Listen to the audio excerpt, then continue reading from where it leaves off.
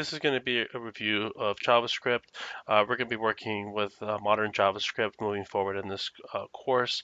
We're going to be interacting with HTML5 elements, create web applications, things like that. So I just want to briefly review some JavaScript basics to make sure that we're all on the same page. One thing you need to be familiar with is the Chrome's console and how to access that. So there's a couple of different ways you can do that. You can right-click anywhere in your web page and head over to Inspect Element.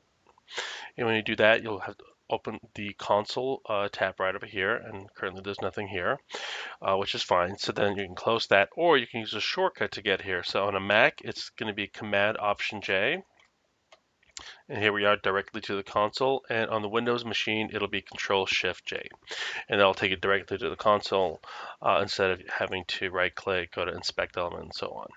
So the first thing I want to review is just basic, just JavaScript basics. Which is going to be variables.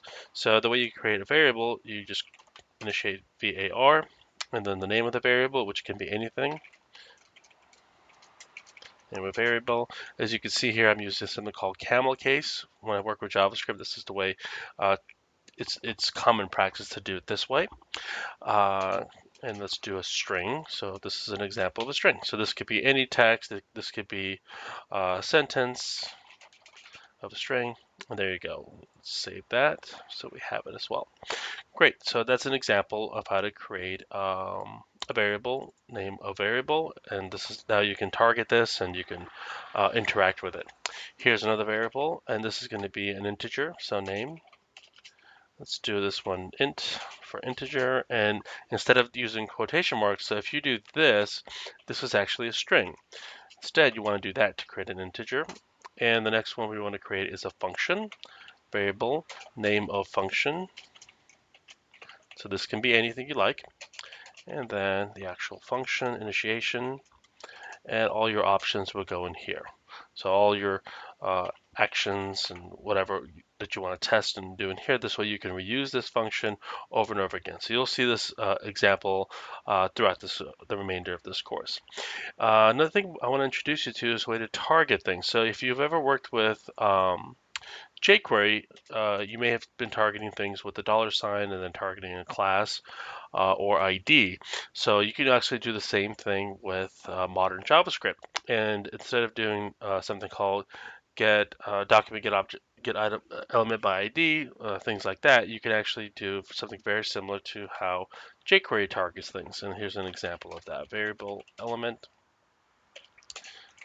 document, and instead of doing get element by ID, something like that, you can just do query selector, and in here you can choose to select a class or an ID.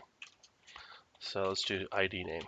So, and here we go. This is how you can target it and then store it in a variable and then reuse it in your project. So let's do some examples of some functionality.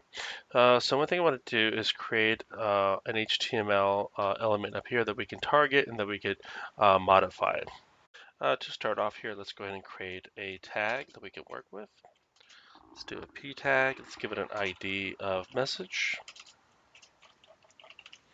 And inside of here, we'll just put a default message.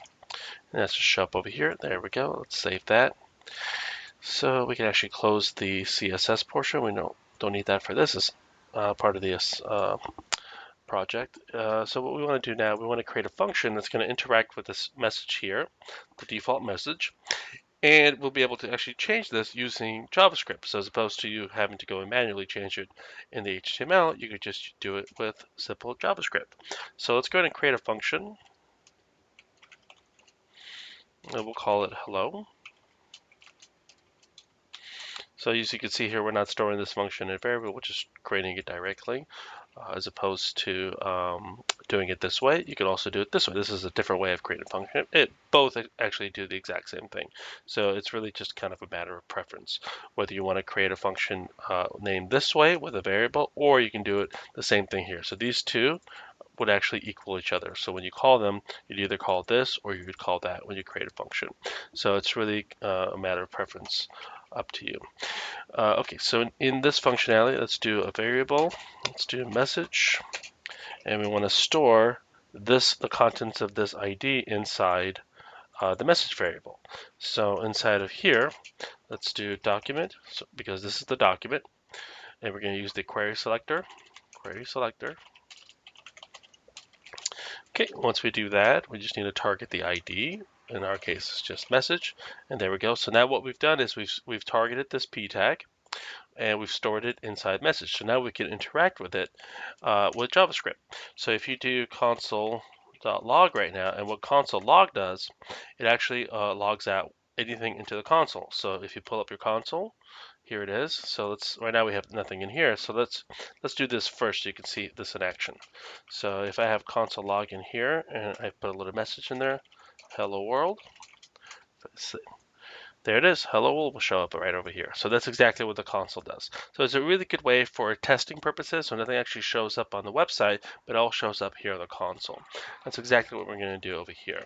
But instead of hello world, let's go ahead and output the message variable and see what we get. So in here, drop in the message variable, save that. Should be the exact same thing. So as you can see here, nothing's happening, and the reason why is because we haven't actually called this functionality. So a function, you can build a function, but until you actually call it, it doesn't actually do anything. So let's go ahead and call this function. Let's go hello, and let's change yep, that's fine. Save that. So let's see what we get.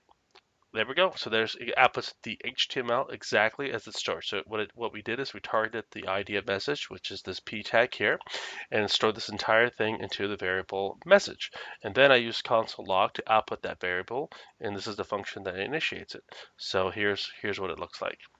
We can actually use the functionality clear right inside the console, hit return, and there it clears up for us. So that's cool. So let's do some modifications with JavaScript. So we have we can actually close this. So we have the message currently, it has default message inside. So let's go ahead and use JavaScript to change what that says. So because we already have the message as a variable, we can target that and use it. And we need to use a JavaScript functionality called child nodes, and in this case it's going to be an array. So the first one is always 0, so in an array it always starts at 0, 1, 2, 3, 4, 5, 6, and so on and so forth, but it always starts at 0. So that'd be the first item in this array. In our case it's default message. And let's see here, we want to change the value to something else. Hello world. Let's do something else. Okay, once we do that, we can save it, and as you can see right here, it changed already. So using just this functionality here, this changes the message to something else. So instead of having to go in here and changing it yourself, you can actually use JavaScript to do that for you. So that's pretty cool. Let's do another example of a function.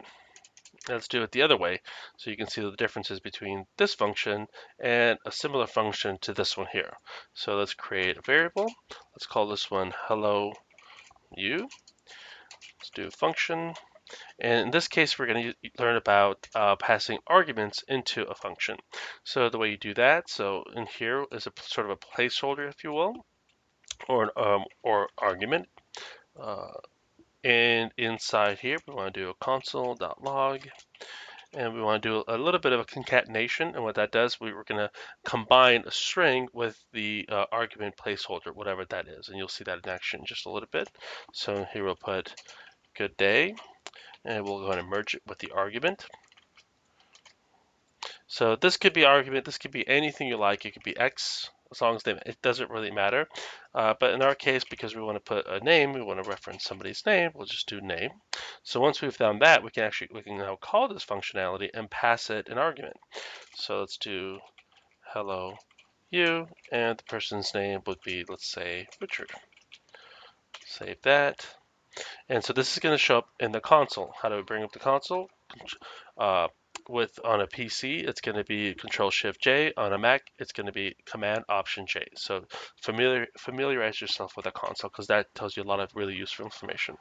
So here we are. Looks like there's a lot of stuff going on here. So let's clear it out. Let's refresh this page. And here we go. Good day, Richard. Perfect. So as you can see, just by passing the inside. Let's bring this up a little bit higher so you can see. Inside this name, this is a placeholder. So this is what we're going to output, and this is sort of a placeholder, or an argument rather, for the two here. So when you pass something to it, let's do Tom.